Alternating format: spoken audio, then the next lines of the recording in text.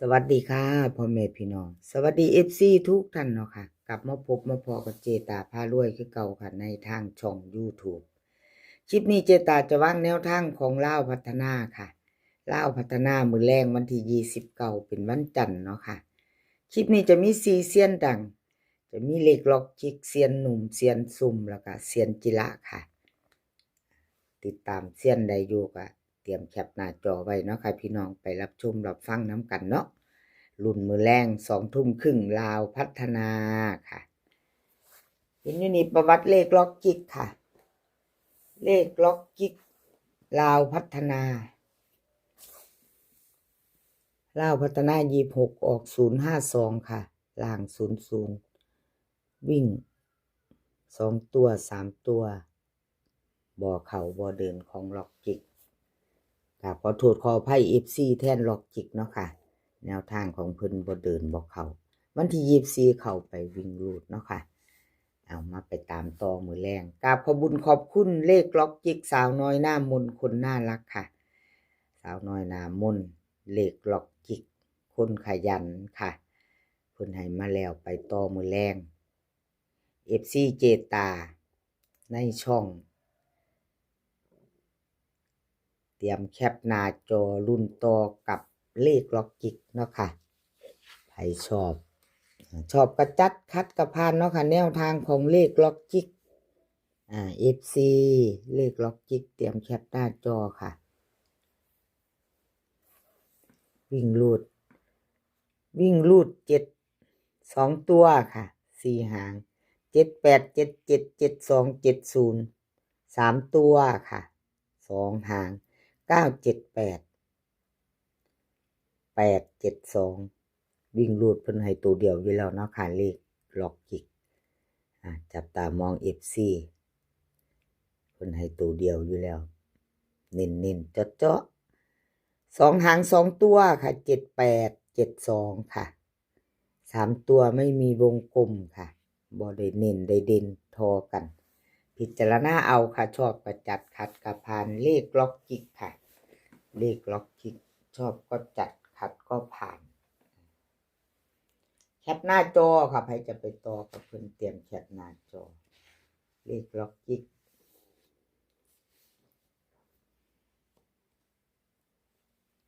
แคปหน้าจอแล้วไปต่อค่ะเลขทุกตัวเอามาวางเพื่อเป็นแนวทางโปรดใช้วิจารณญาณในการรับชมเป็นอย่างสูงค่ะรับชมรับฟังเป็นเพียงแนวทางค่ะพี่น้องมีเขามีรุดเนาะเซียนซุ่มค่ะเซียนซุ่ม052ลาวพัฒนาที่26 3ตัวบนเนาะค่ะของเพิ่น00ล่างของเพิ่นเข้าไปหาบนค่ะวิ่งลูด2ตัวมา1ตัวค่ะกราบขอโทษขออภัยเพิ่นจับคู่บ่เข้า2ตัวไม่เดินไม่มาเนาะค่ะเขาตะวิ่งลูดทั้ง2งวดค่ะวิ่งลูดของเพิ่นยังบ่ทันหลุดค่ะเขามาอยู่เดินอยู่ค่ะของเซียนซุ่มเนาะมาแต่วิ่งลูดจับคู่ไม่เดินไม่เข้าค่ะกราบขอโทษขออภัยหลายๆมาไปต่อไปใหม่มื้อแรกวันที่29เป็นวันจันทร์20:30กับลาวพัฒนาค่ะแนวทางของเซียนซุ่มเนาะไปต่อค่ะไปต่อกับเพิ่นมื้อแรกเซียนซุ่มวิ่งรูดค่ะเพิ่นให้มา7กับ6 2ตัวค่ะ4หาง6867 6997เบิ้ลค่ะ7766 3ตัวค่ะ2หาง796 687ค่ะวิ่งรูดเพิ่นเด่น7กับ6ทอกันเด้อค่ะ2ตัวเน้น2หาง8769 3ตัวเน้น2หางค่ะ769 687เซียนซุ่มค่ะกราบขอบคุญขอบคุณหลายๆเด้อค่ะเซียนซุ่มที่ให้แนวทางมาวางทางช่องเจตาเนาะกราบขอบพระคุณเป็นอย่างสูงค่ะหลุดไปก็ให้กำลังแรงใจกันคือเก่าค่ะ FC เพิ่นก็มีแต่ผู้ใจดีเพิ่นก็เป็นเพียงแนวทางเจตาหลุดไปก็เป็นเรื่องธรรมดามาให้กำลังใจคือเก่าครับประสันขอบบุญขอบคุณหลายๆเด้อค่ะที่ ที่อยู่น้ำเจตามาตลอดเนาะมากดหัวใจมาคอมเมนต์มาให้กำลังใจเจตาอยู่ตลอดเนาะค่ะกราบขอบพระคุณเป็นอย่างสูงทุกคนเนาะค่ะไปต่อค่ะไปต่อเซียนหนุ่มวันที่26ของเซียนหนุ่มลุดไปเนาะค่ะหลุดไป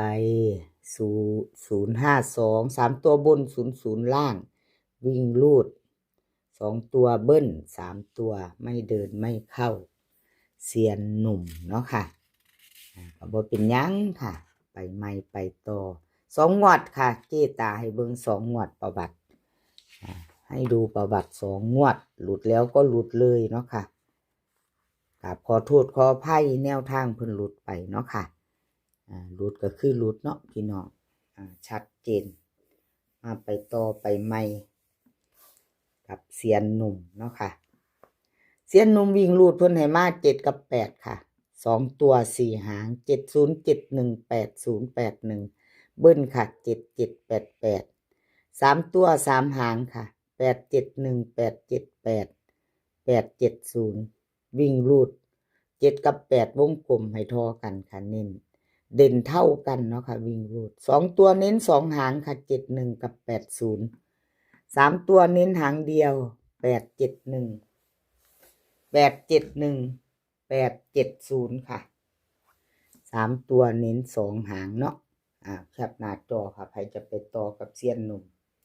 แคปหน้าจอค่ะใครจะไปต่อกับเพิ่นกับเซียนหนุ่มวิ่งรูดแคปหน้าจอเนาะค่ะ2ตัว3ตัวพิจารณาเอาค่ะพี่น้องชอบก็จัดขัดก็ผ่านเนาะค่ะชอบก็จัดขัดก็ผ่านแคปหน้าจอแล้วไปต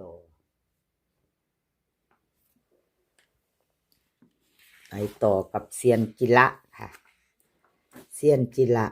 วันที่26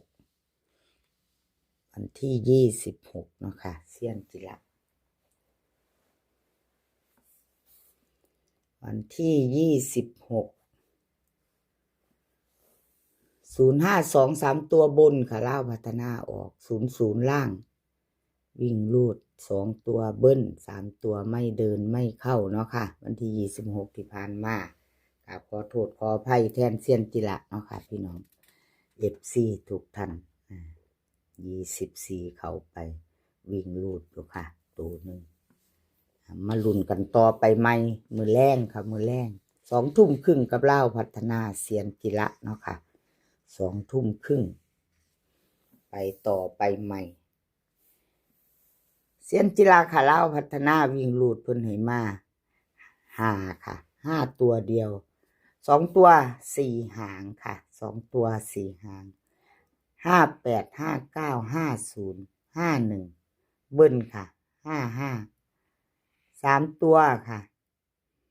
858 851วิ่งลูดเด่น5ค่ะ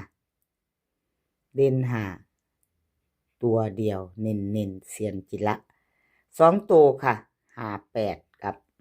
51 3ตัวเน้น3หาง858 851แคปหน้าจอค่ะใครจะไปต่อกับเซียนจิระเนาะค่ะกับขอบุญขอบคุณเซียนจิระหลายๆค่ะที่ให้แนวทางมาว่างทางช่องของเจตาเนาะกราบขอบพระคุณเป็นอย่างสูงเซียนจิระค่ะไปจะตามต่อแคปหน้าจอรุ่นกันใหม่มือแรงค่ะเซียนจิระเนาะแนวทางชอบก็จัดขัดก็ผ่านลาวพัฒนาค่ะพี่น้องรับชมรับฟังเป็นเพียงแนวทางเนาะค่ะพี่น้องลาวพัฒนาคลิปนี้ขอพี่น้องโชคดีมือแรงค่ะกับลาวพัฒนาโชคดีกันทุกคนขามโค้งไปเที่ยวลาวขอให้โชคให้หมานเนาะกับเซียนจิระแล้วก็ทั้ง4เซียนเนาะค่ะกับขอบคุญขอบคุณ FC ที่เข้ามากดไลค์กดแชร์กดติดตามเนาะค่ะมาคอมเมนต์กดหัวใจให้เจตามาเป็นกำลังใจให้ช่องน้อยๆของเจตากราบขอบพระคุณเป็นอย่างสูงค่ะ ลิปนี้มือนี้ขอให้มีความสุขให้สุขภาพร่างกายแข็งแรงกันทุกคนค่ะ